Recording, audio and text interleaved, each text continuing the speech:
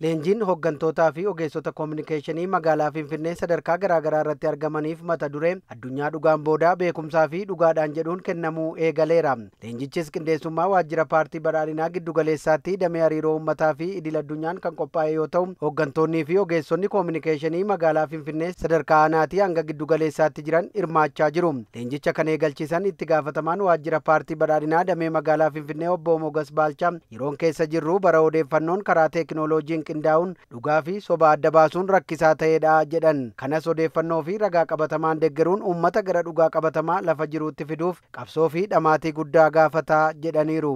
ያለንበት ዘመን የድህረ እውነት ነው። Barri keessa jirru bara dhugaan boodaati. Bara kana keessa dhimmoonni tokko karaa ajaa'ibaa ta'een dogoggorallee kan hin fakkaanne nama gara daandii dogoggoraatti geessuun walitti bu'iinsa olaanaa kan uumanidha. Barichi bara odeeffannoon sobaa teekinooloojiin deeggaramanii dhugaa fakkaatanii dhiyaachuun rakkoo siyaasaa guddaa geessisuu danda'an waan ta'eef bara dhugaan boodaa kana odeeffannoo fi ragaa qabatamaa ta'een deeggaranii uummata gara dhugaa qabatamaa jiruutti fiduuf qabsoo fi dhamaatii guddaa kan gaafatudha. Wayita ammaa addunyaan boqonnaa dhugaan boodaa keessa jirti kan jedhan ammoo waajjira paartii badhaadhinaa giddugaleessaatti itti gaafatamaa damee hariiroo uummataa fi idil addunyaa Dr. Biqilaa Hurrisaa boqonnaa kana keessattis miirri dhugaa kan itti mo'atuu fi odeeffannoon ariitiin tatamsa'anis miira namaa kan itti jeeqan ta'uu himaniiru. Rakkoo kana furuufis damee koominikeeshiniitiin uummanni akka dhugaa hubatu taasisuuf leenjiin kennamaa jiru murteessaa ta'uu kaasaniiru. Koominikeeshiniin nuti hojjennu uummanni akka dhugaa hubatu odeeffannoo dafee akka argatu ogeeyyiin immoo koominikeeshinii sadarkaadhaan jiranii fi hoggansi isaanii addunyaa dhugaan boodaa kana hubatanii hojii koominikeeshinii kana madaalu miira uummataa hubatu odeeffannoo dafee tamsaasu fi uummata biraan gahu uummanni dhugaa akka hubatu waan lafarra jiru akka hubatu fi ejjennoo fi hubannoo sirrii akka qabaatu taasisuun waan murteessaa ta'eef hubannoo fi dandeettii kanaaf isaan madaalu kan kennamaa jiru jechaadha. Addunyaa dhugaan boodaa mo'achuu kan dandeenyu dhugaa fi odeeffannoo sirrii uummata biraan gahuudhaanii kan jedhan Dr. Biqilaan hoggansii fi ogeeyyiin koominikeeshinii qormaata addunyaan dhugaan boodaa tokkummaa fi hariiroo Itoophiyaa irratti geessisaa jiru hubatanii uummanni odeeffannoo waqtawaa fi qabatamaa ta'e akka argatu taasisuu keessatti xiyyeeffannoon hojjechuu akka qaban dhaamaniiru.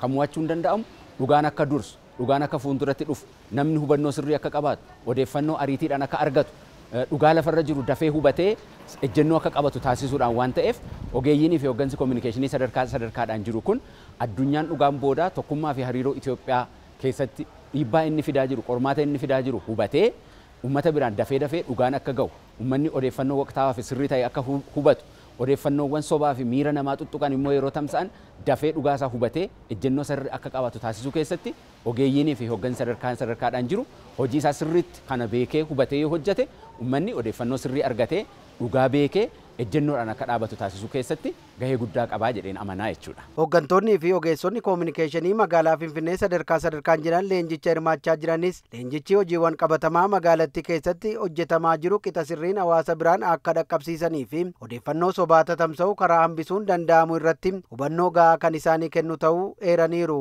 Isa kam dhugaan kan jedhamu eessaatis ka'e kan jedhamu akka adda baafannee sirriitti kan hojjetame akka saba keenyaaf dhiyeessinu akka lammiilee Itoophiyaadhaaf dhiyeessinu tokkummaa akka labsinu kan nu godhu jechuudha. Kanaaf kanaan durallee tokko yeroo ilaallu miidiyaan tokko hordoftoota argachuudhaaf waan sobaa gadlakkisaa gaafa koriidarri magaalaa Finfinnee keessatti hojjetame lafti diigamaa jira sabi biraa tafanaaqalaa waan akkasii waan sobaa dubbatamaa ture.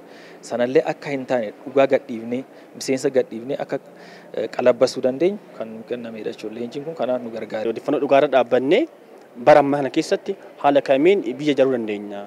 Haala kamiin miidiyaa fayyadamnee miidiyaa hawaasaa garaagaraa fayyadamnee pilaatfoormii adda addaatiin akkamiin biyya ijaaruu dandeenya kan jedhu irratti isa kana immoo karaa kamiin kan jedhu teeknikaalii pilaatfoormii yookiin miidiyaa keenya akkamiin akka hojjechuu akka dandeenyu akkamiin akka hoggansuu dandeenyu kana ogguu fayyadamnu immoo